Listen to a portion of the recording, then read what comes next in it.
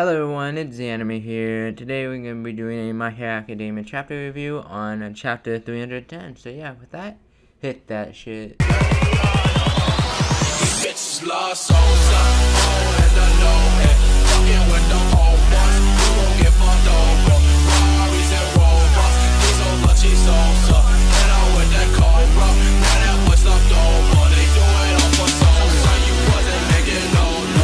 So the chapter begins on a rainy night, and these civilians slash quote unquote vigilantes are fighting this they think dangerous monster slash villain, but she's saying that she's not a villain and that there's a huge misunderstanding here, that she hasn't done nothing wrong, but the civilians slash vigilantes don't believe her, and no, you're just saying that so that you can create a false sense of security so that you can attack and rob us and maybe even kill us later.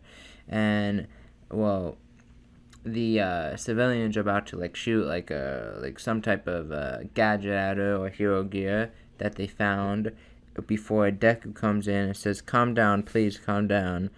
And then he's like, "I understand that there's a storm, tensions are high, things are going on, y'all are scared, but please, this woman did nothing wrong, just leave her be." And then the people storm off well, she shouldn't be walking around at night, should she? Kind of being little pricks about it, I mean, that they were in the wrong, but hey, what can you do? And then basically the lady explained on how she was holding out in her house until things got really bad because she thought things would cool down after a bit and things would go back to normal faster than they are, and that it wouldn't get worse than it was.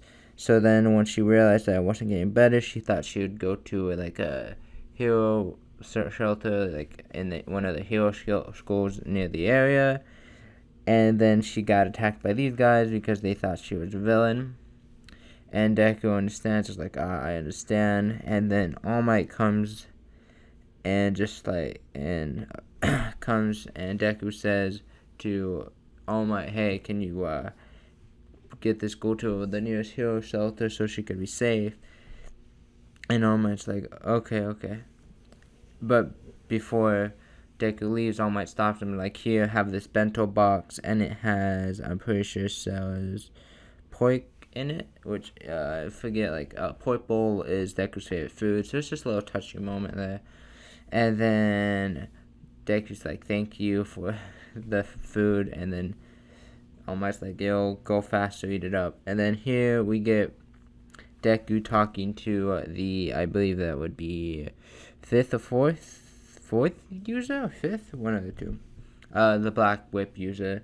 And the Black Whip user it's they've been traveled back in time or something, back to the days where All For One was at its peak and how everyone was being controlled by him, and that without the full power of All For One, with how strong Shigaraki / All For One is getting, no one's gonna be able to stop him besides the full power of All For One.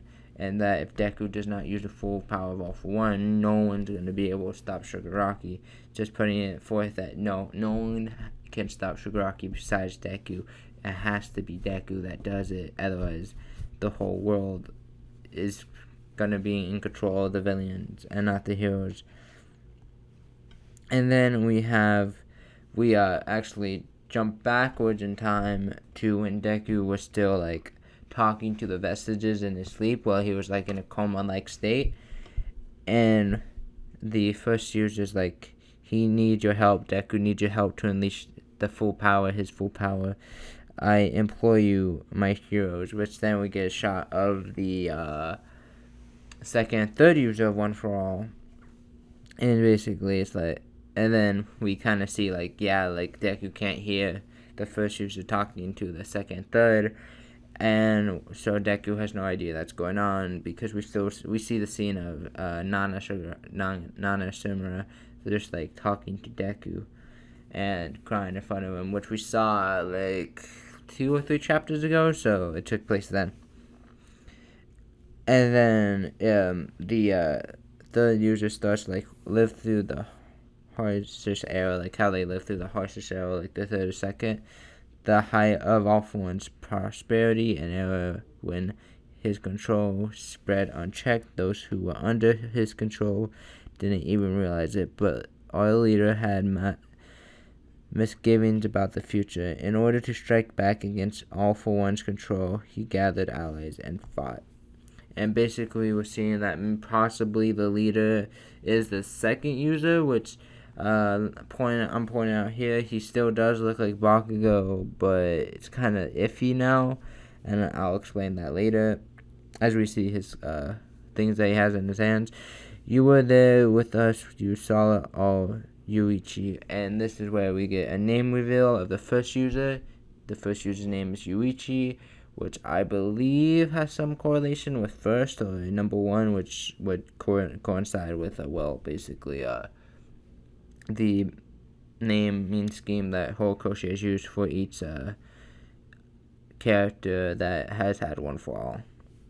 Said, I sought to bring your brother down and extinguish so many lives in the process, because in our battle, victory meant life and defeat meant death. Now you tell us to devote our effort to one who wants to save our mortal enemy, a boy holding on to such a ridiculous delusion. So basically, Bakugo is saying here, like, hey, why do I have to, like, this guy is obviously not the one. He's devoting himself to such a ridiculous illusion. Like, what do you mean he wants to save our mortal enemy? Like, victory means death, and victory means life and defeat means death with this guy. Like, we can't save him at all. Like, there should be no point. He's obviously not the right run. And then Yuichi's like, a ridiculous delusion, such a sad way to see it. Then tell me this. And then it basically explains how the second and third met. Basically, since the second user went to save the first user, and this does strengthen the Bakugo theory, because it's how it's supposed to be, like Eri or somehow Bakugo time traveled to save save the first user and get his power, and explain to him his power so that the time loop can continue and All For One can be brought down. But the only thing here is that the character's gauntlet looks very much different from Bakugo's, and the only way I can see that this would make sense, which the theory I've come up with in my head does make sense, so it still could be Bakugo, but potentially, like, Bakugo couldn't bring any of his equipment gear or anything like that, so he had to make his own makeshift gauntlets, and they just turned out like the gauntlets he has here, which would make sense, so it could work out like that. But if not, then it's not Bakugo, because the gauntlets are really different. Knowing full well of my ties to your mortal enemy, and then it's basically saying, Yuichi's just basically saying to the second user, like, hey, you saved me even though I had ties to your mortal enemy. Like, obviously, you reached out to me, so this young boy, Midoriya, is just reaching out to Shigaraki, even though it is his mortal enemy. You did the same to me, so you kind of contradicting yourself. He's just trying to, like, tell, like, the second user, like, hey, you need to help this kid defeat or save our mortal enemy, basically. And then the second's like, can that boy really bring an end to all this? And then Yuichi's saying, just to ensure the second, yes, One For All emerged from the will to destroy and resist my brother, but the moment you reached your hand out to me was when One For All truly was born. So it's honestly, it's kind of like almost giving mixed signals, like, yeah, like, hey, like, how did like the first user know that he had this power? Like, did he just sense he had the power, or did Bakugo tell him, or did the second user tell him? And if so, how did the second user know he had this power? And then, for the ending of the chapter, we have the second user communicating with Deku, saying, listen up, boy. Things are bound to move quickly from here on out. And then Deku says, right. Now one more thing I would like to point out that I forgot to point out. We actually do see when we get a close up on the third user, he does have engines on the back of his shoulders, which could lead to him being part of the Tenya family. And if that's so, then I mean he's just a Tenya. There's nothing really much to it.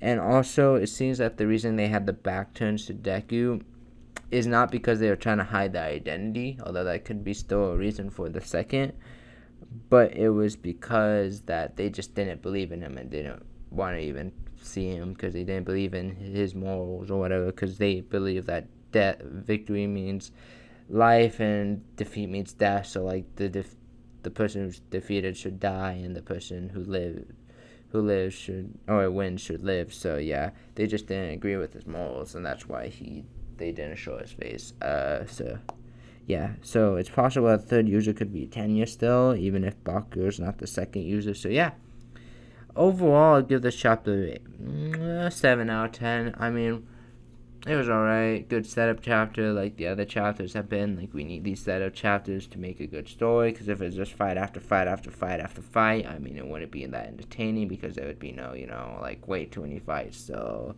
yeah, Dragon Ball, I mean, what? So, anyways, yeah, I'd give this chapter 7 out of 10, and yeah, if you enjoyed, like, subscribe, or not, you have free will, and yeah, it's the anime, logging off.